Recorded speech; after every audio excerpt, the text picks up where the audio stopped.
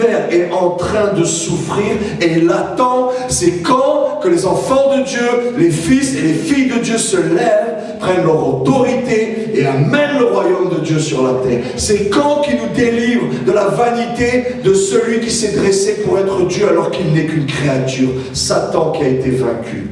C'est quand?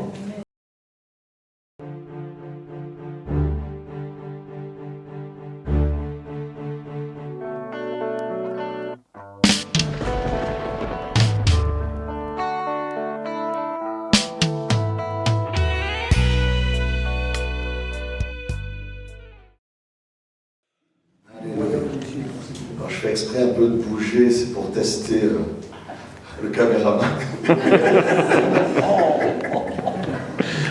Alléluia, alléluia. Seigneur, je te remets ce temps. Parce que sans toi, où est-ce qu'on irait? Sans toi, qu'est-ce qu'on ferait? Et sans toi, sans ton œuvre à la croix, qu'est-ce qu'on serait devenu? Qu'est-ce qu'on serait aujourd'hui? Je sais, Seigneur, qu'il y a un point, qu'il y a eu un prix à payer pour ton amour. Et je prie que personne méprise le don de la grâce qui est en Jésus-Christ. Je prie, Seigneur, que l'œuvre que tu as faite soit fructueuse dans la vie de chacun. Ici présent, et puis ceux qui regardent cette vidéo puissent être touchés par toi. Il n'y a que toi qui peux toucher les vies et changer les cœurs. Il n'y a que toi qui es l'espérance des nations, la solution, le prince de la paix, qui amène la paix sur le monde, qui va venir régner, détruire les œuvres du diable et libérer les gens des puissances démoniaques qui les tourmentent, qui leur font faire n'importe quoi. Tu es le libérateur, tu es le sauveur, tu es le roi de gloire, et tu es le Seigneur des seigneurs. Et je reconnais qu'il n'y a pas d'autre Dieu que toi. Et tu as dit, je ferai disparaître de sous les cieux, de sur la surface de la terre, tous les faux dieux et toutes les idoles. Et je te bénis, Seigneur, parce que tu es celui qui accomplit ce qu'il promet. Oh, ce que tu dis arrive. Et j'amène toutes les pensées qui sont captivées à autre chose, à l'obéissance du Seigneur Jésus-Christ. Et je renverse hauteur, raisonnement, forteresse. Tout ce qui s'oppose à l'avancée du royaume, à la connaissance de Dieu et à la libération des enfants et des fils et des filles de Dieu. J'appelle ta grâce et ta faveur, Seigneur. Et merci pour l'action de ton esprit. Sans toi, libre de faire tout ce que tu veux. Déjà, tu m'as cassé tout mon message.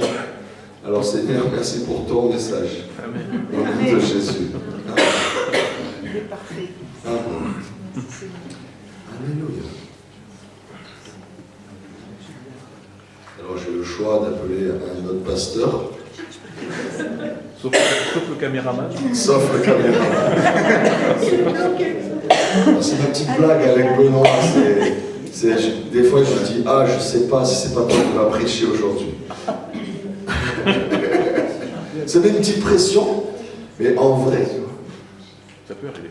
Ça peut arriver quand tu te marches dans la rue, quand tu t'es préparé pour témoigner de Jésus. Entre nous, est-ce qu'on peut se préparer à servir Dieu? À part laisser Dieu nous transformer, qu'est-ce que nous, on va pouvoir produire de bon que Dieu ne fait pas? On va obéir à ce qu'il nous demande de faire. Obéir. L'obéissance. Ça parle à quelqu'un, l'obéissance? L'obéissance, c'est la seule réponse de notre part à l'amour de Dieu. Alors, ça tombe bien, parce que moi je voulais parler du service, et Dieu me dit, et c'est toujours pareil, c'est l'amour de Dieu. Dieu nous aime. Dieu nous a tant aimés qu'il a donné son propre fils, se faire crucifier, torturer, payer la colère qu'il avait dans son cœur contre le péché et contre les hommes impies. Et son père a dit, non, ne les punis pas, c'est moi qui vais prendre. C'est moi, j'y vais. Ils sont incapables de payer le prix. Ils sont incapables de s'en sortir. Ils sont incapables de changer. Les ténèbres dominent la terre. Et le prince des ténèbres possède tous les royaumes. Et Jésus, il a dit, j'y vais. Je descends. Je vais venir dans un corps et je vais vivre une vie parfaite. Et je vais montrer l'amour de Dieu. Les gens ont peur de Dieu. Et moi, je je vais leur montrer, papa, que tu les aimes. Les gens ont peur du châtiment, à juste titre. Et cette colère, je vais la prendre sur moi afin qu'ils ne connaissent que ta bonté. Et vous savez pourquoi? Parce que c'est la bonté de Dieu qui nous pousse à la repentance. C'est quand on se rend compte ce que Dieu a fait pour nous, comment il a vu tout ce qu'on a fait. Il sait même les motivations de notre cœur que nous-mêmes on ne sait pas, le pourquoi on fait les choses. Et il a dit, je vais tout porter sur moi. Je vais tout leur pardonner. Je vais tout effacer. Je vais guérir leur maladie. Je vais annuler leur malédiction. Je vais ôter le fardeau qui était sur eux.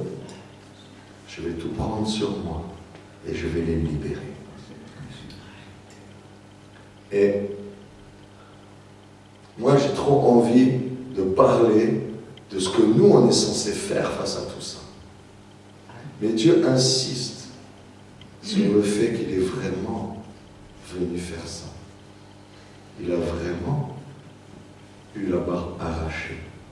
Il s'est vraiment pris des coups de fouet et des coups de bâton sur chaque partie de son corps pour que chaque partie de son corps saigne, afin que chaque partie de notre corps soit guérie. Ils lui ont vraiment planté des couronnes d'épines sur la tête. Vous avez vu le feu qu'il y a dans vos pensées? Vous avez vu que tout commence dans votre pensée? Jésus-Christ a été crucifié sur le lieu du crâne, le mont Golgotha, là où tout commence, là où le diable vient et dit, Dieu a-t-il vraiment dit? Dieu a-t-il vraiment dit qu'il ne fallait pas faire ça? Dieu a-t-il vraiment dit?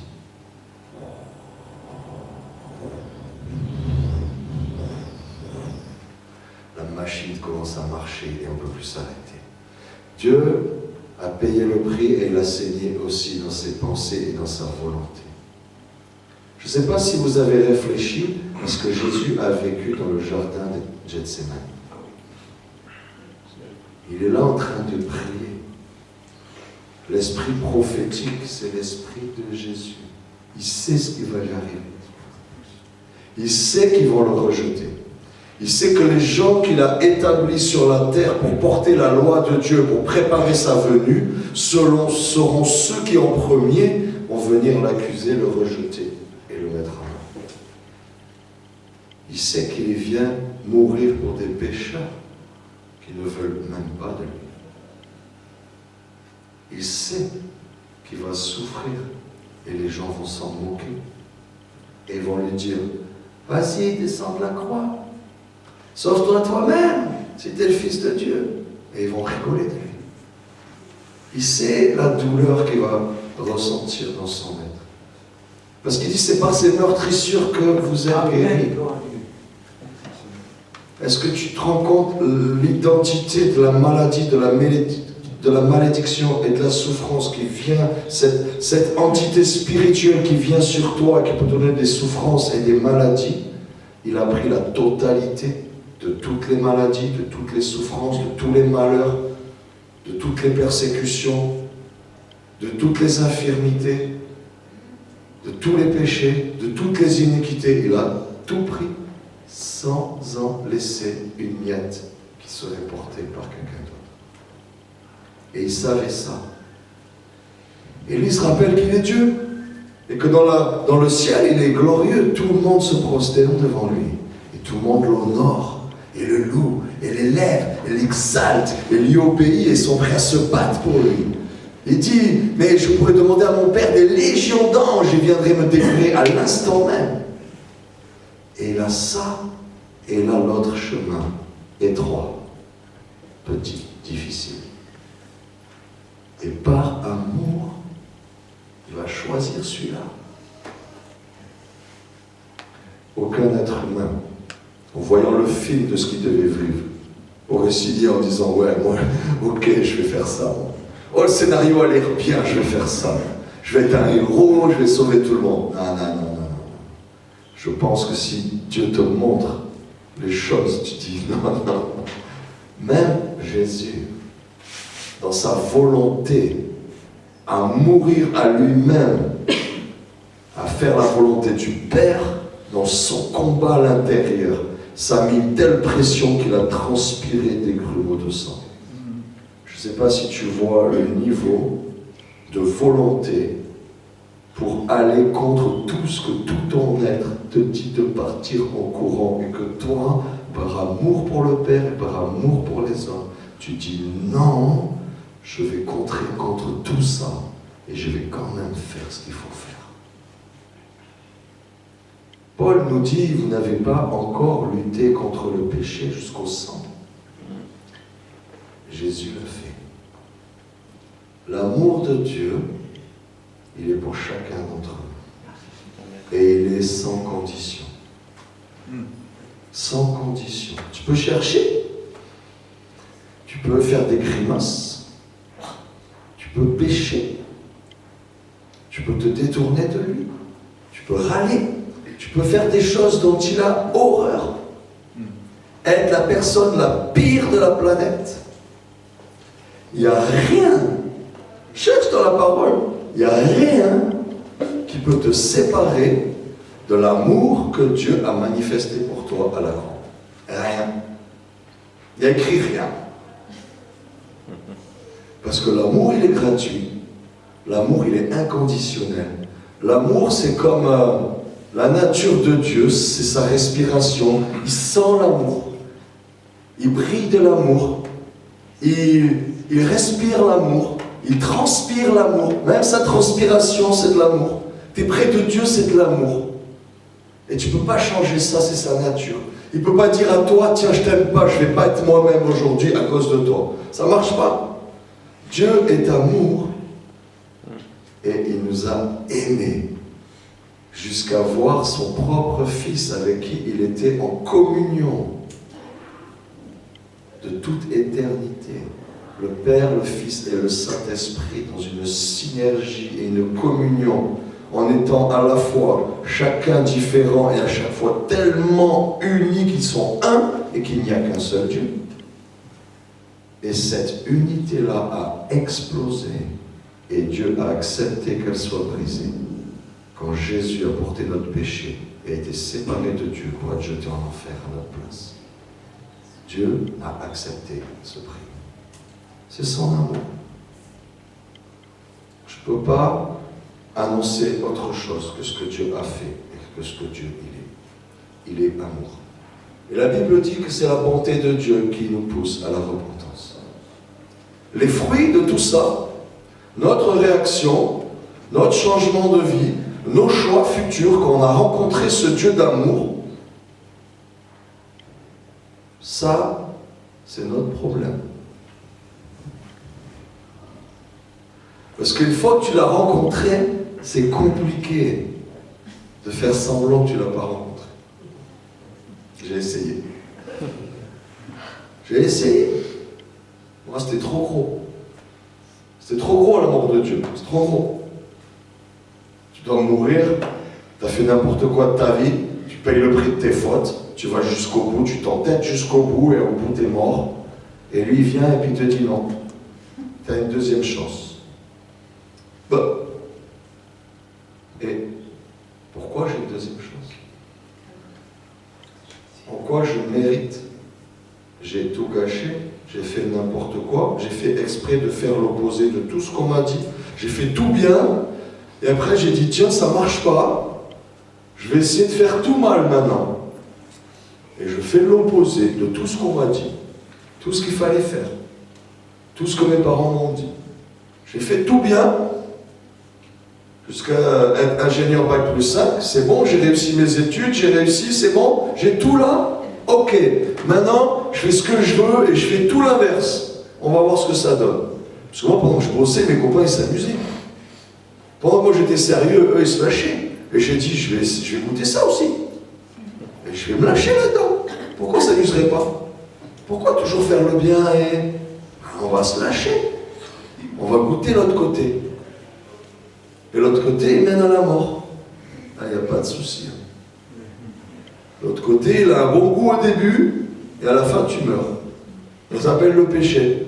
C'est la voie de la mort. Et elle existe. Et elle est vraie. Et Dieu te dit, n'y va pas. Et si tu y vas, c'est ta faute.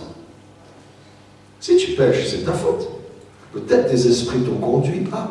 Peut-être tu as un point ancestral qui fait que c'est une habitude et que tu ne sais même pas que tu vas dans la mort parce que dans ta famille, depuis génération, on va à la mort.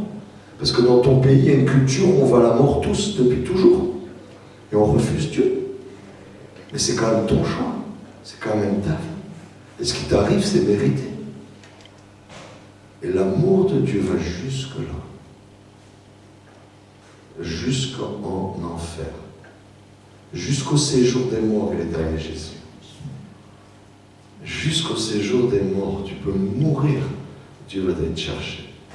C'est pour ça que ceux qui croient en Jésus, il leur promet la résurrection et la vie éternelle. Parce que déjà, il est allé jusqu'au séjour des morts et l'a libéré des captifs.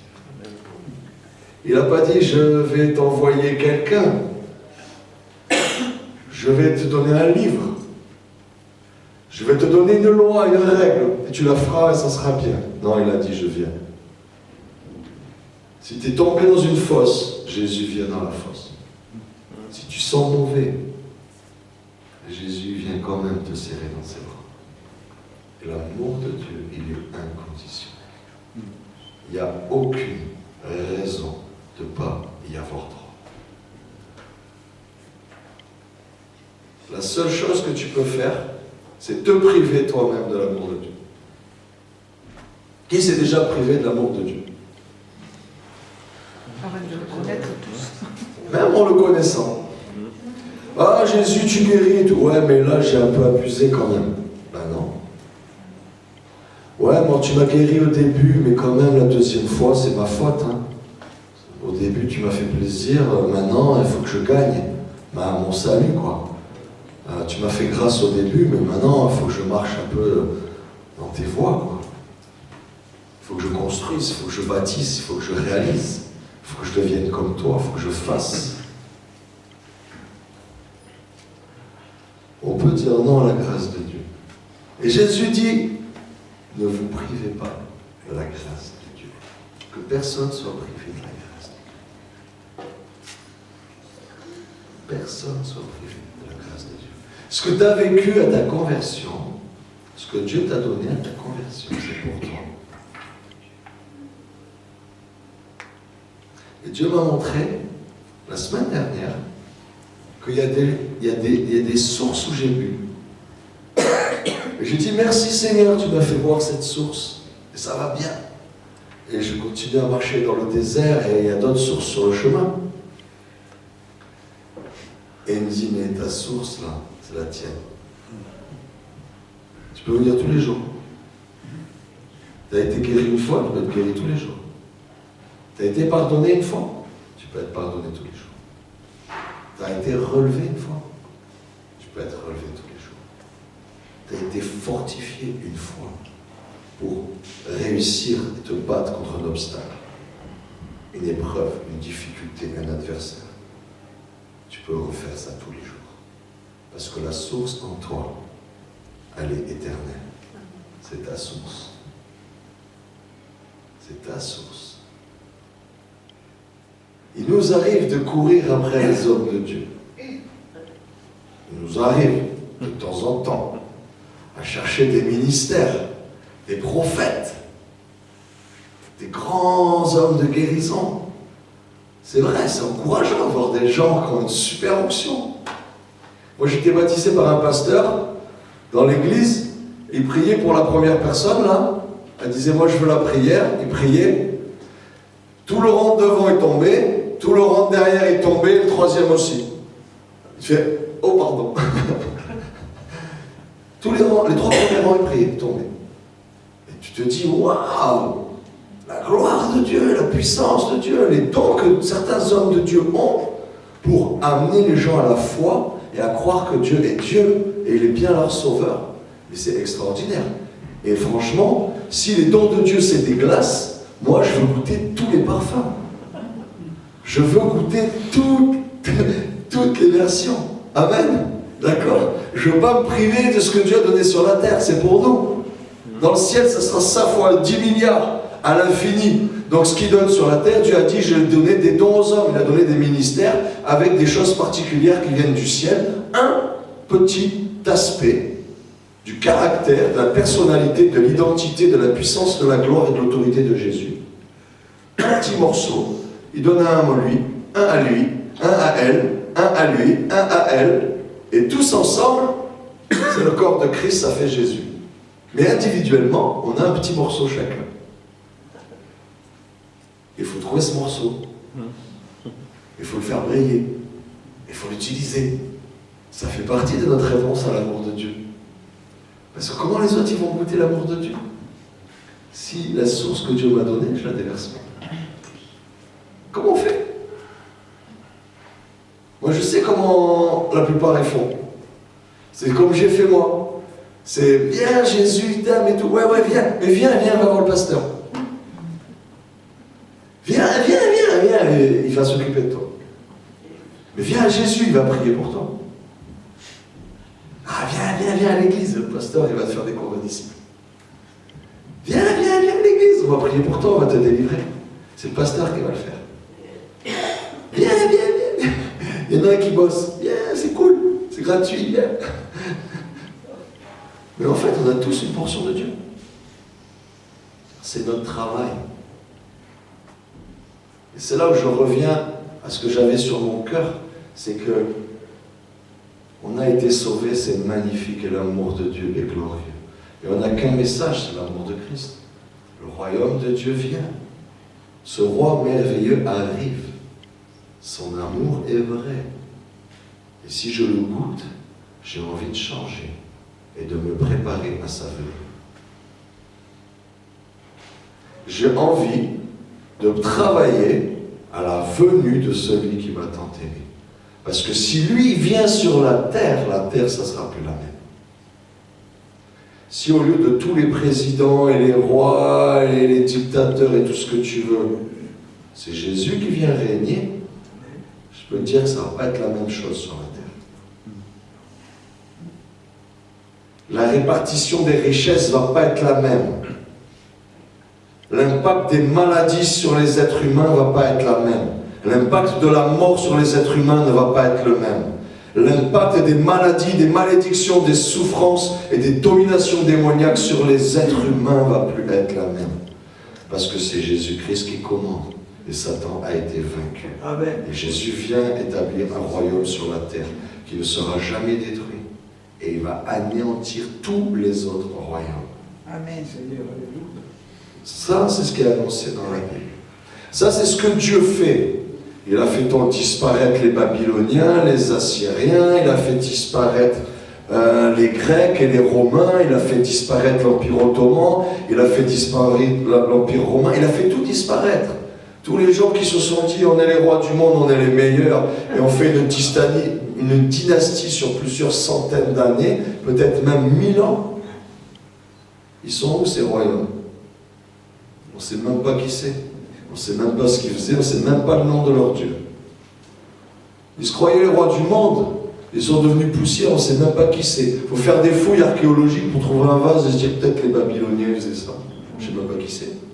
Qu'est-ce qu'ils croyaient ces gens? Je ne sais pas. Mais ils sont trompés de canal. Ils sont trompés de Dieu. Ils ont choisi le Dieu qui lui a été vaincu, alors qu'un royaume devait venir et que c'est à ce roi-là qu'il fallait s'attacher. Le roi qui dans son amour nous a créés, le roi qui dans son amour devait nous sauver, le roi qui dans son amour pouvait nous guérir, le roi qui dans son amour pouvait nous transformer. Est-ce que tu te rends compte que quand tu lis la Bible, t'as un homme qui s'appelle Zachée, c'est un voleur, c'est un collabo, c'est un gars, l'armée conquérante des Romains vient dans son pays, il travaille avec eux et il prend les impôts pour eux. Et tu dois une pièce, il t'en prend deux. Une pour lui et une pour les Romains. Et si tu dis quelque chose, les Romains, tu sais comment ils traitent les gens qui ne sont pas contents? C'était pas la démocratie, hein? Donc si tu n'étais pas content, tu sentais qu'il fallait être content quand même. C'était ça la vie à l'époque. D'accord? Mais Dieu, lui, il a une autre vision. Dieu, lui, il a une autre version de l'humanité. Il veut instaurer un royaume où il aime les gens. Et les gens, ils sont transformés. Le Zaché, collabo, voleur, c'est devenu un homme honnête. Et quand Jésus rentre dans sa maison, il va chercher son trésor de guerre, caché. Tout l'or qu'il a volé à tout le monde. Et il dit, je rends tout aux pauvres. Et si j'ai lésé quelqu'un, si je vous ai volé un jour dans ma vie, venez, je vais vous rendre, je crois qu'il dit 4 fois ce que je t'ai pris. Ça c'est Zaché, ça c'est un homme qui a rencontré Jésus. Il a été impacté par une réalité qui n'est pas une religion, il a été impacté par quelqu'un qui est Dieu et qui est amour. Et son amour l'a tellement touché, il se sentait tellement rejeté, petit, sale, minable. Il avait tellement honte de ce qu'il faisait, malgré les avantages du péché. Dans le cœur, il y a la détresse, il y a la souffrance, il y a la solitude et il y a la mort. Il ne faut pas rêver. Quand on commence à pécher, si on en fait de plus en plus, c'est parce qu'à l'intérieur, on se sent de plus en plus mal. Alors on veut pécher de plus en plus pour oublier de plus en plus ce qui est de plus en plus énorme. Et c'est une boule de neige qui ne termine jamais jusqu'à ce que tu meurs. Cet homme-là est devenu un homme honnête. Et moi, si j'ai envie, et Jésus c'est pareil, il a envie de nous réveiller, il a envie de nous mettre en marche, il a envie de nous dire, alors, t'en es où? Je reviens bientôt. Je reviens bientôt. Là, vous êtes au travail en train de préparer à l'instauration d'un royaume pour que le ciel et la terre se ressemblent. Et quand c'est prêt, j'arrive. C'est prêt. Je peux venir? Je ne suis pas sûr. Je ne suis pas sûr que ça ressemble encore au ciel sur la terre. Je ne suis pas sûr que dans mon cœur, ça ressemble au cœur de Jésus, déjà. Je ne suis pas sûr que mes limitations humaines arrivent à exprimer la profondeur, la hauteur, la largeur et la longueur de l'amour de Dieu. Et je crois que j'ai vraiment besoin de replonger et de boire à la source et de me laisser transformer. Mais je dois avoir à l'esprit que cet amour a eu un prix. Et s'il y a une chose que Dieu déteste à la fin des temps, c'est ceux qui ont méprisé cet amour. C'est ceux qui ont méprisé cette grâce. C'est ceux qui ont méprisé et foulé aux pieds le sang de l'agneau. Ça veut dire que je suis l'ouvrier qui a reçu un trésor et qu'on n'a rien fait. Et le maître revient et il dit, alors t'as fait fructifier? Ah bon, il fallait faire fructifier. Ah, tu m'as fait un cadeau, merci. Oui, où sont mes intérêts? Ah bon, il fallait travailler. Il fallait en faire quelque chose. Il fallait rendre des fruits. Waouh! Toutes ces choses-là viennent dans notre cœur. Si on revient à la source de l'amour de Jésus. Il y a plein de voies. Hein. Tu connais Jésus, d'un coup tu as envie de faire des choses pour lui. Ah Jésus, merci, tu m'as guéri, tu m'as sauvé, alléluia, je suis prêt à tout pour toi. Déjà, première étape, viens tout le temps à l'église. Hein, quoi? Tous les dimanches? Et mes loisirs, et mon plaisir, et ma grasse matinée? Ouais, tu m'as dit tout quand même. Ouais, mais bon, tout, mais pas tout, quoi. Bon, d'accord, passons à autre chose.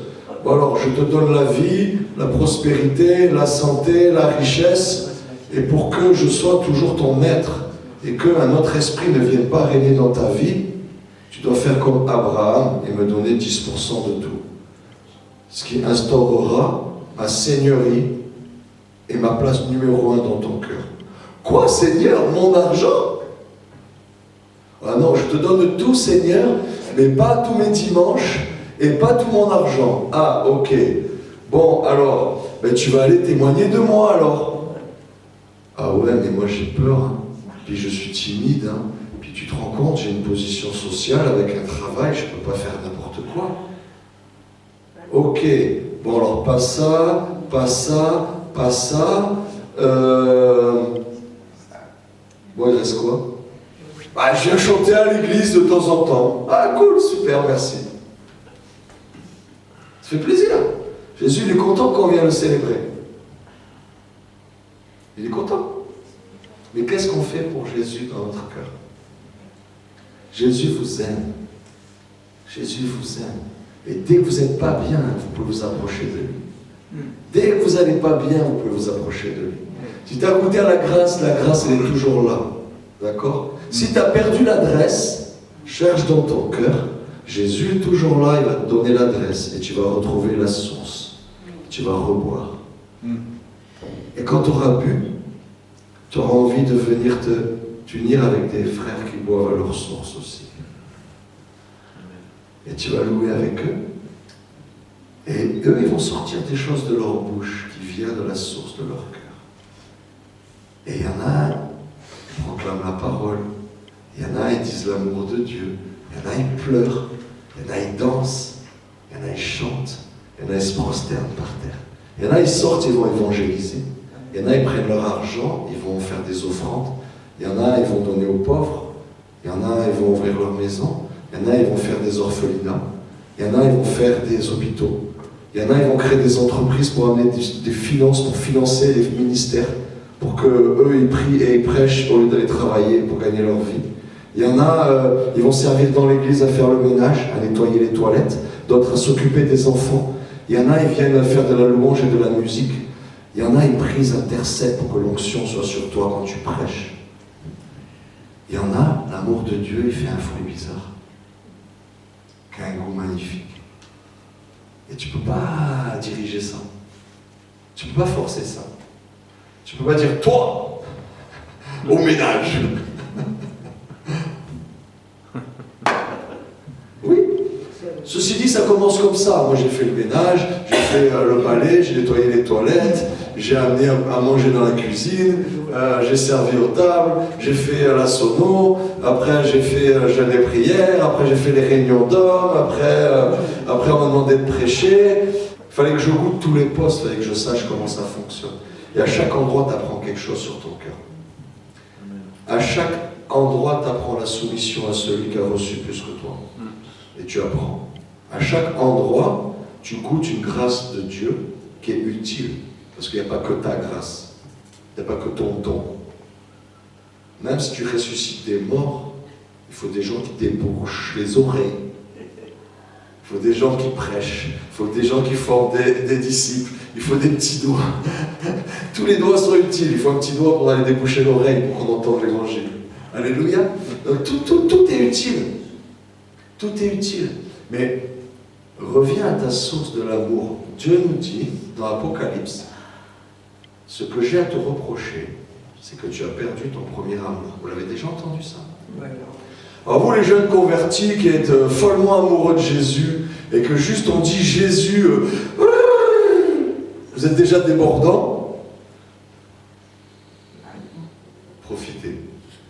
Ça rafraîchit. Je parle à ceux qui marchent depuis plus de temps et qu'il y a des choses à affronter, il y a des combats. L'amour de Dieu est magnifique, on a envie de le donner à tout le monde et on se rend compte que comme Jésus, le monde n'est pas prêt à le recevoir. Jésus-Christ, c'est la lumière du monde, d'accord? C'est la vie, la lumière des hommes. Et les ténèbres ne l'ont pas reçu parce que les hommes étaient mauvais et ils ont préféré les ténèbres à la lumière parce qu'ils ne voulaient pas arrêter leurs œuvres mauvaises et ils ne voulaient pas que ça se voie. Alors ils ont rejeté la lumière. Donc un être humain normal, c'est un pécheur sous l'emprise de Satan et il trouve du plaisir à faire ce qu'il fait. Et quand tu viens amener la lumière et l'amour de Dieu, ça dénonce ce qu'il fait. Quand toi, tu ne critiques pas au milieu de gens qui critiquent, mais comment tu les énerves? Tu n'es pas comme eux. Quand toi, tu as la foi, quand tout le monde dit « mais c'est foutu, on ne peut s'en sortir », et que toi, tu dis « mais si, tu les énerves. Ils ont envie de te frapper. Il y en a, ils prennent des cailloux et ils lapident. Ça existe encore. Il y a combien de chrétiens qui sont assassinés, torturés, mis en prison. Dans le monde entier. Dans des endroits où il n'y a pas Dieu. Même dans des endroits que les gens croient que c'est Dieu, mais en fait ils ne sont pas Dieu, parce que leurs œuvres, c'est les œuvres du diable.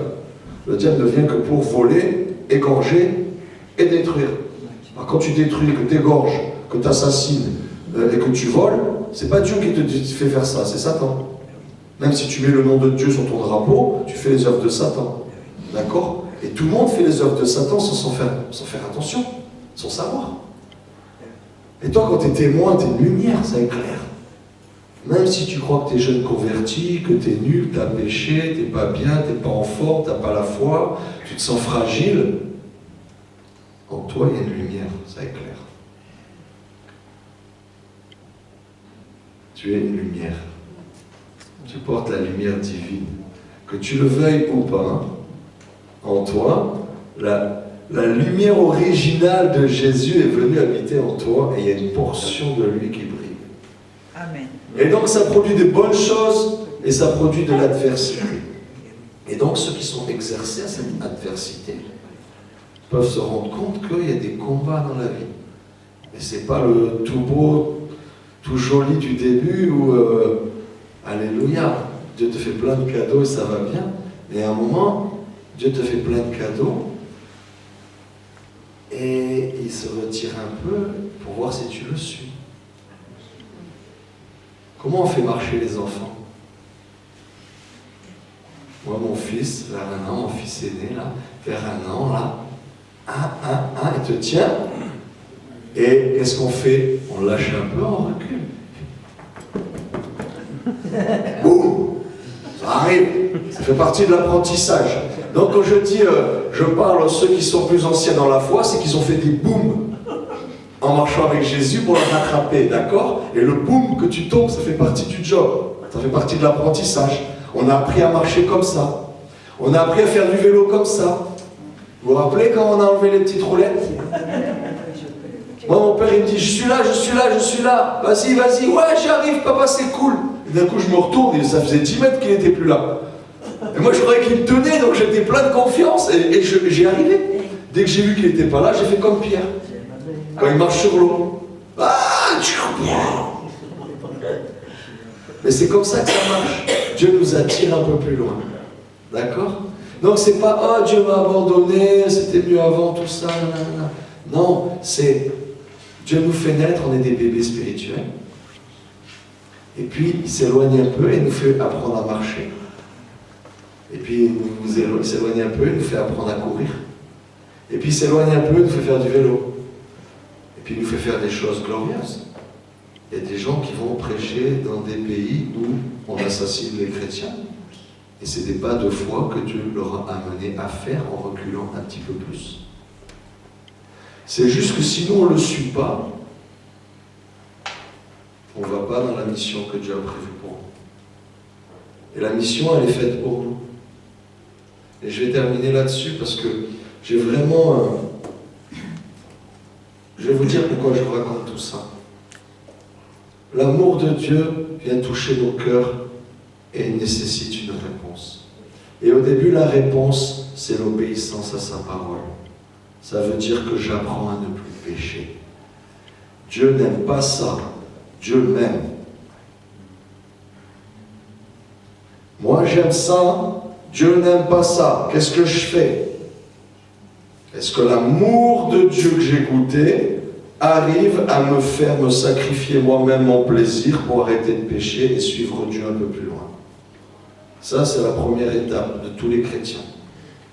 J'apprends à obéir. Et pas dire Jésus je t'aime, et je retourne pécher. Parce que Jésus a dit, c'est pas ceux qui disent Jésus, Jésus, Seigneur, Seigneur. C'est ceux que je veux faire à ma volonté, ils obéissent à mes commandements, eux c'est mes enfants. C'est eux qui vont hériter le royaume. C'est pas ceux qui disent Jésus. C'est pour ça qu'il va y avoir beaucoup de surprises à la fin des temps. Il annonce aussi. Il y en a qui croient qu'en disant Jésus, Jésus dans l'église, ça suffit. Mais Jésus, il voit quand tu sors de l'église. Est-ce que tu obéis à ses commandements? C'est la première étape. Mais une fois que tu es habitué à obéir à ses commandements, eh bien, il y a des choses que le diable ne peut plus faire dans ta vie. Parce que tu ne tombes plus dans les pièges du péché. Et d'un coup, si tu ne tombes plus dans les pièges du péché, tu deviens un être humain affermi, dit la Bible. Je vais vous lire après les versets bibliques. Un homme affermi, prêt à toute bonne œuvre. Prêt à toute bonne œuvre. Ça veut dire s'il te dit viens là, tu peux y aller et tu arrives à servir et à faire ce que Dieu te demandait. Peut-être prêcher, peut-être imposer les mains, guérir des malades, peut-être aller t'occuper de lépreux, peut-être t'occuper de personnes âgées, peut-être t'occuper d'orphelins. J'en sais rien ce que Dieu met sur ton cœur. Les besoins ne manquent pas dans ce monde. Mais si toi tu as appris à marcher dans la droiture et dans la vérité, tu n'es plus accessible au diable. Tu peux donc être utilisé par Dieu. Et c'est là que Dieu te cherche.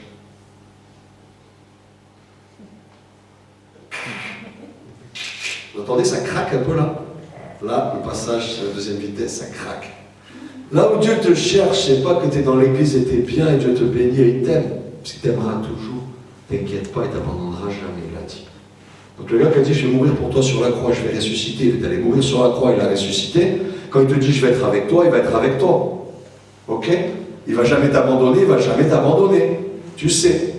Il a prouvé, c'est bon. Ce qu'il te dit, c'est vrai. Mais maintenant, il t'a dit alors tu viens avec moi ou pas? Maintenant, tu me suis ou pas? Mais tu m'aimes jusqu'où tu m'aimes? Jusqu'où tu aimes Jésus? Jusqu'à te sortir du lit le dimanche matin? Ok, une victoire. Jusqu'à venir à un partage biblique la semaine? Deux victoires. Jusqu'à lire la parole de Dieu tous les jours? 3 victoires. Jusqu'à louer et adorer même tout seul. Les musiciens, ça porte. Mais tu es tout seul dans ta salle de bain, tu peux adorer Dieu. Dieu n'est pas contre. Je veux dire, tu as déjà vu tout nu, Dieu. Tu peux le louer dans ta salle de bain. Tu peux l'adorer dans ta salle de bain. D'accord? Tu peux l'adorer tout le temps. Est-ce que cette vie-là, de l'amour de Dieu, qu'on est tous ensemble, que ça nous booste, est-ce que tu arrives à le vivre chez toi, dans ta vie? Est-ce que tu arrives à ramener un peu ce feu à la maison et l'entretenir et le faire grandir et empêcher l'ennemi de souffler dessus, empêcher l'autre de vouloir l'éteindre, et toi tu ne touches pas mon feu, et toi non mon feu, et tu reviens le dimanche d'après, regardez mon feu je l'ai gardé, il a grandi. Et tu vois les autres, leur feu il a grandi.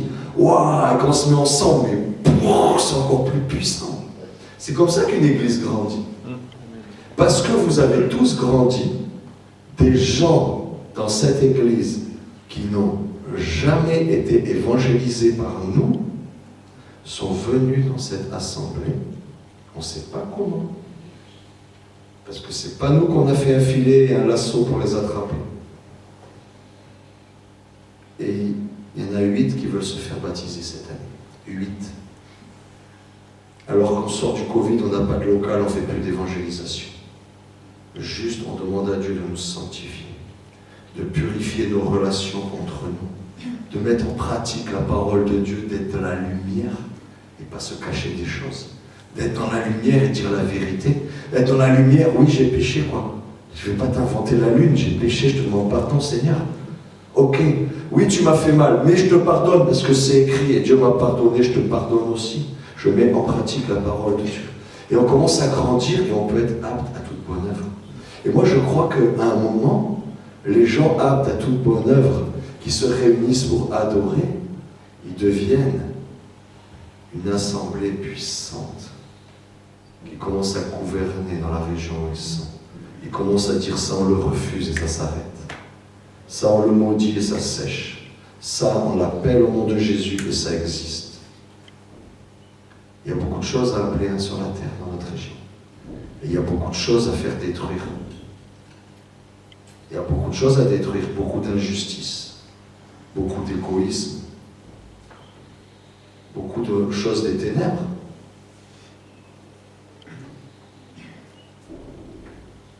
C'est vous et moi.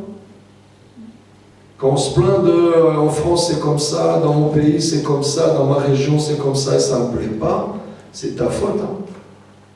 Ouais, c'est la faute au gouvernement, c'est la faute à mes parents, c'est la faute à monsieur le maire, madame le maire. Non. Tu as les autorités comme tu mérites. Et si toi tu pries, tu es à genoux et tu prends ta place d'autorité spirituelle et tu te réunis avec tes frères et sœurs pour rappeler ce que tu veux voir du ciel sur la terre, c'est ça qui se passe. Et si ça y est pas, c'est parce que tu l'as pas fait. C'est pas parce que tu es un mauvais maire ou un mauvais président. C'est parce que tu n'as pas fait ton job. Tu n'as pas laissé l'amour de Dieu t'amener un peu plus loin, à payer un prix un peu plus grand par amour pour lui. Pour que le ciel vienne sur la terre. Le prix de Jésus, il était fort. Hein? Il y a des prix de chrétiens sur la terre en ce moment qui est fort aussi. Ok? Mais l'amour de Dieu nous pousse. L'amour de Dieu nous pousse. Et si je devais mettre un titre à ce message, ça serait: c'est quoi ton moteur, toi? C'est quoi ton moteur dans la vie? Tu veux être peinard? Tu veux être riche? Tu veux être connu? Tu veux avoir une belle maison? Tu veux avoir un chalet à la montagne? Tu veux avoir un yacht? Tu veux avoir 1 million de likes sur Facebook?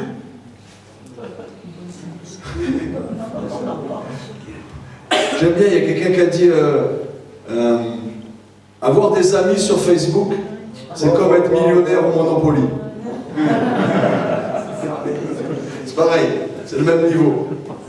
D'accord? Quand tu viens à un culte, quand tu es enfant, que tu viens, tu dis: papa, donne-moi, donne-moi, donne-moi. C'est vrai. Ah, j'ai mal là, ah, j'ai mal là, ah, j'ai mal là. Donne-moi, donne-moi, guéris-moi, fais-moi du bien, je ne te connais pas, pardonne-moi, j'ai ça sur mon cœur, ça sur ma conscience, avec mes parents ça va pas, avec ma femme ça va pas, mes enfants ça va pas, au travail ça va pas, j'ai fait n'importe quoi, pardon, pardon, Seigneur, donne, donne, donne. Mais en vérité, Dieu donne.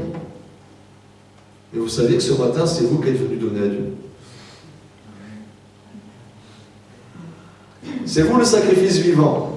Lui, il a fait son job déjà, il est venu. Toi, si tu es venu là, c'est donner un sacrifice vivant. Tu es venu donner ton adoration.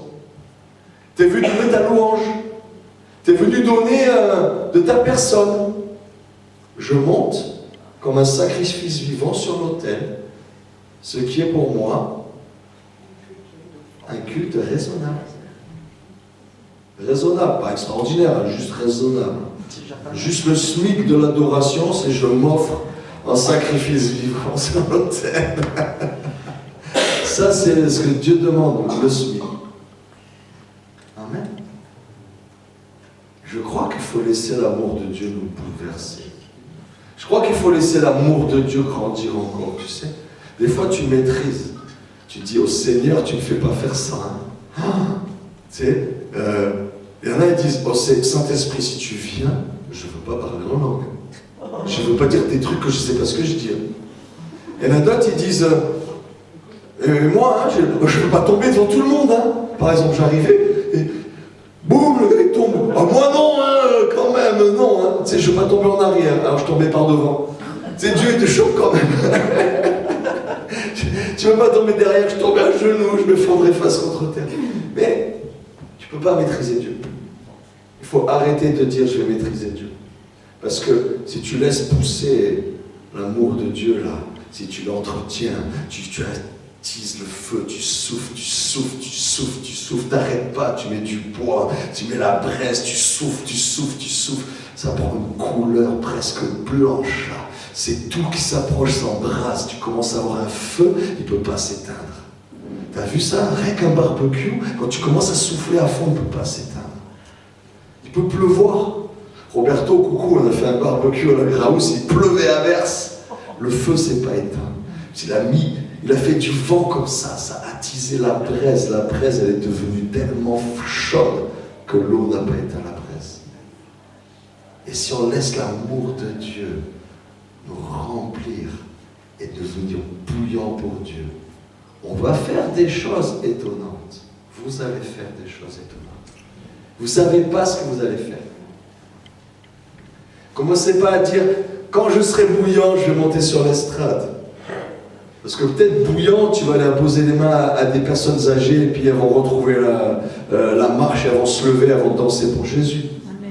Et toi, tu crois que tu es là et en fait, tu dois aller là-bas. Tu comprends? L'église, c'est pas le but, c'est de venir monter sur l'estrade, c'est le summum de ma réussite spirituelle.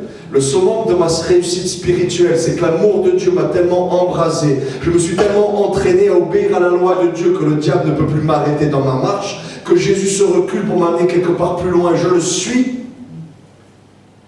Les 44 000, ils sont partout où va l'agneau. Ils suivent l'agneau partout où il va. Ça m'a impacté, moi. C'est une prière qu'il y a eu à la fin de notre camp.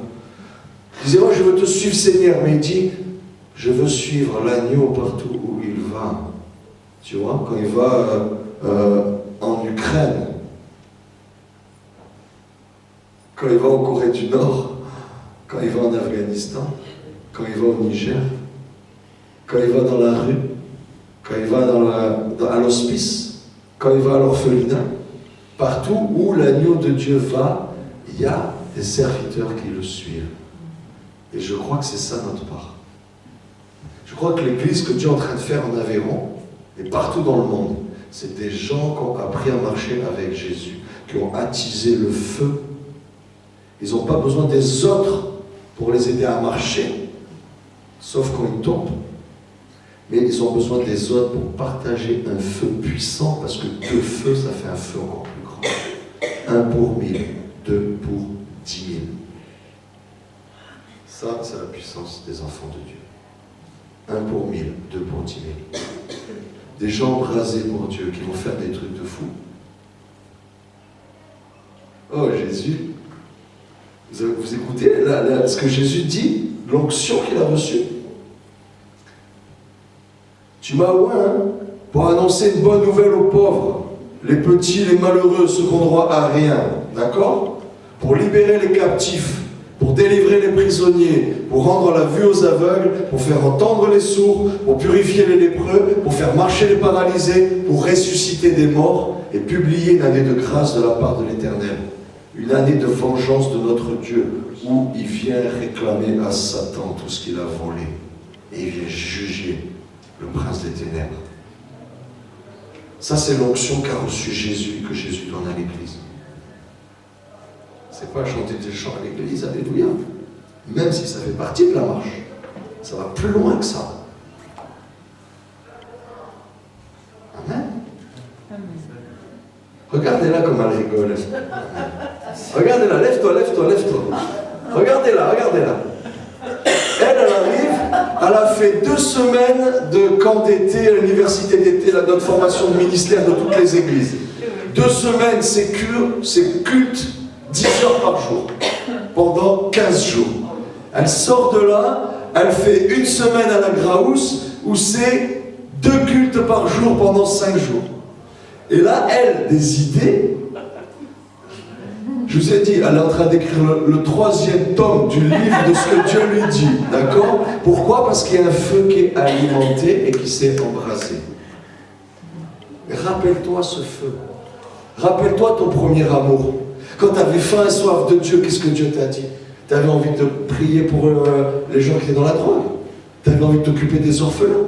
Tu avais envie de voir de la gloire, de la louange quand les gens chantaient, la présence de Dieu était là. Tu avais envie d'imposer les mains aux malades, les malades étaient guéris. Qu'est-ce que Dieu avait mis dans ton cœur? Tu sais que Dieu n'a pas oublié, et en plus Dieu ne va même pas changer d'avis. Tu sais que Dieu ne va pas changer d'avis pour toi? Oh, Karadababa Soka. Mon cœur, c'est que vous nourrissiez votre feu intérieur, que vous buviez à votre source, que vous fortifiez vous-même par des chants, des hymnes, des cantiques spirituels, que vous vous fortifiez, que vous vous embrasiez les uns les autres. Parce que Dieu veut faire une œuvre que s'il l'avait racontée, personne n'aurait cru. Dieu veut faire quelque chose de nouveau. Et ça ne va pas se faire avec du bois vert qui ne brûle pas. Ça va se faire avec des gens qui sont morts à eux-mêmes, qui ont marché dans l'obéissance à Jésus et qui ont attisé le feu pour brûler pour Jésus. Amen. Amen. Oh Seigneur Jésus. Luc 10, 2. Jésus leur dit, la moisson est grande, mais il y a peu d'ouvriers. Priez donc le maître de la moisson d'envoyer des ouvriers pour ça.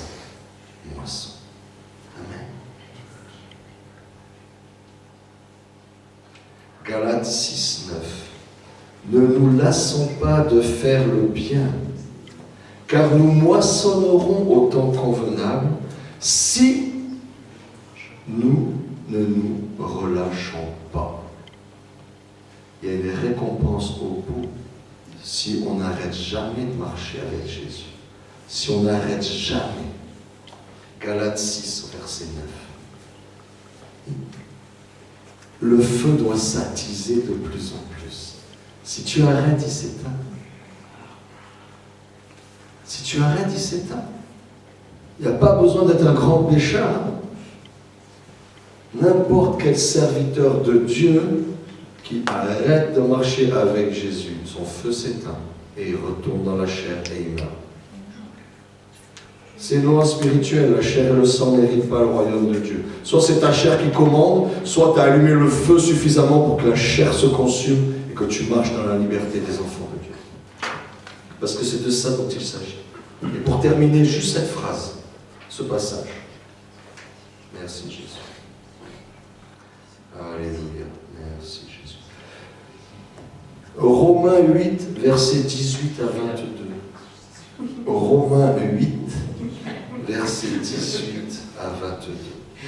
J'estime que les souffrances du temps présent ne sauraient être comparées à la gloire à venir qui sera révélée pour nous. Aussi, la création attend-elle avec un ardent désir la révélation des fils de Dieu.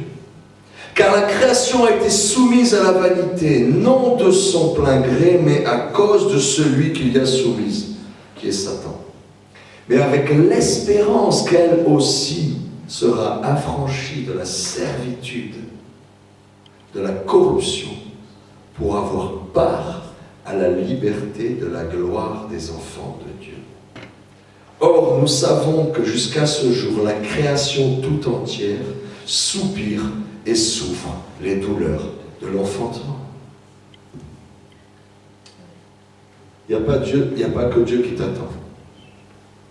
Le monde entier t'attend. L'univers entier t'attend. Le cosmos t'attend. La matière, les atomes, les plantes, les animaux, tout ce que Dieu a créé attend que ce feu qui est en toi atteigne sa maturité, que tu sois fait à l'état d'homme fait, à la stature parfaite de Christ, pour accomplir les mêmes œuvres que lui et de plus grandes, afin que le royaume de Dieu vienne sur la terre. La création entière souffre. Il y a des tremblements de terre, il y a des paniques, il y a des angoisses, il y a des guerres, il y a des famines, il y a des cataclysmes. Tout l'univers est en train de souffrir et il attend, c'est quand que les enfants de Dieu, les fils et les filles de Dieu se lèvent, prennent leur autorité et amènent le royaume de Dieu sur la terre. C'est quand qu'il nous délivre de la vanité de celui qui s'est dressé pour être Dieu alors qu'il n'est qu'une créature, Satan qui a été vaincu. C'est quand? Voilà ce que dit la nature aussi. Voilà ce que dit la création entière. C'est pas juste nous. C'est pas c'est super d'avoir une église, on est bien entre frères et sœurs. C'est pas alléluia, on va aller au paradis. C'est tout l'univers attend que l'œuvre de Christ soit libérée dans chaque atome, chaque molécule, chaque parcelle de tout ce qui a été créé, de tout ce qui existe. Le visible et l'invisible.